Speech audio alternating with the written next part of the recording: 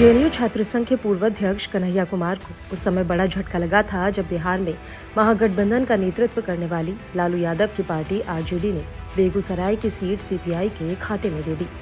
इसके साथ ही 2019 में गिरिराज सिंह के खिलाफ चुनावी मैदान में खड़े कन्हैया कुमार को निराशा हाथ लगी।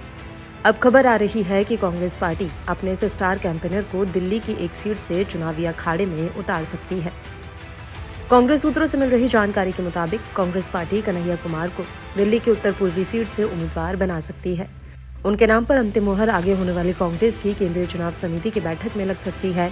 अगर कांग्रेस उन्हें अपना कैंडिडेट बनाती है तो उनका मुकाबला दिल्ली बीजेपी के पूर्व अध्यक्ष मनोज तिवारी से होगा। मनोज तिवारी 2014 और 2019 के चुनाव में इस सीट से जीत दर्ज कर चुके हैं। देखिए, चुनाव 2019 में हुआ था, हम चुनाव लड़े थे और इतने कम उम्र में हम चुनाव लड़ लिए, ठीक है ना। ये तो अपने आप में जो है बड़ी एक सौभाग्य की बात है। और अभी भी चुनाव हो रहा है, या तो उम्मीदवार के तौर पे लड़ेंगे या कार्यकर्ता और प्रचारक के तौर पे लड़ेंगे। तो चुनाव तो हम लड़ ही रहे हैं, ये तो नहीं कह सकते कि हम चुनाव नहीं लड़ रहे हैं। रही बात युवाओं को हिस्सेदारी मिलने का, तो एक बात बताइए, तेंदुलकर जब इंडियन टीम में आए थे तो आते ही तो ओपनिंग नहीं करने लगे थे ना। आपको जो है पहले छठा डाउन खेलना पड़ता है, सातवां डाउन खेलना पड़ता है, फिर आकर के आप ओपनिंग भी करते हैं।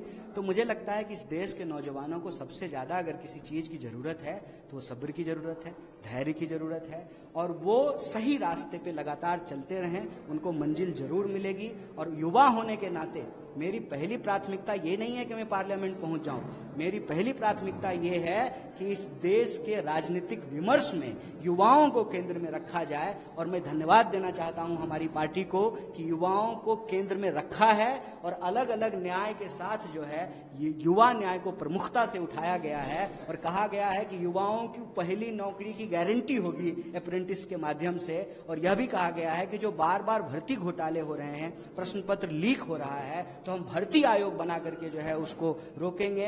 तो हमारा पूरा भविष्य तो इसी बात पे है कि हमको पढ़ने का अधिकार मिले, जब हम पढ़ाई पूरा करें तो हमको रोजगार का अधिकार मिले, उसको इस न्याय पत्र में शामिल किया गया। 2019 के लोकसभा चुनाव में कन्हैया कुमार लेफ्ट की टिकट पर बेगूसराय सीट से चुनावी मैदान में थे। हालांकि उन्हें इस चुनाव में करारी हार का सामना करना पड़ा था। बीजेपी के वरिष्ठ नेता और केंद्रीय मंत्री गिरिराज सिंह ने शानदार जीत दर्ज की थी। कन्हैया कुमार इसके बाद सितंबर 2021 में लेफ्ट छोड़कर कांग्रेस में शामिल हो गए। राहुल गांधी की न्याय यात्रा के दौरान वह अक्सर उनके साथ दिखाई देते थे।